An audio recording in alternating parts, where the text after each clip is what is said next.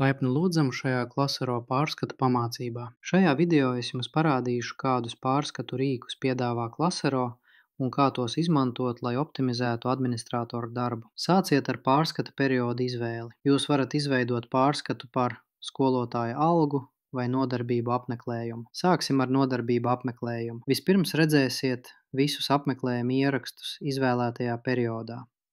Jūs varat tos sašaurināt, izvēloties filiāli un nodarbību. Šajos pārskatos varat apskatīt datumu, kad katrs klients apmeklēja nodarbību, katram klientam kopējo apmeklējumu skaitu mēneša laikā, apmeklējumu skaitu katrā konkrētajā datumā, kopējo nodarbības apmeklējumu skaitu mēnesī. Labajā pusē atradīsiet kopsavilkumu par konkrēto nodarbību.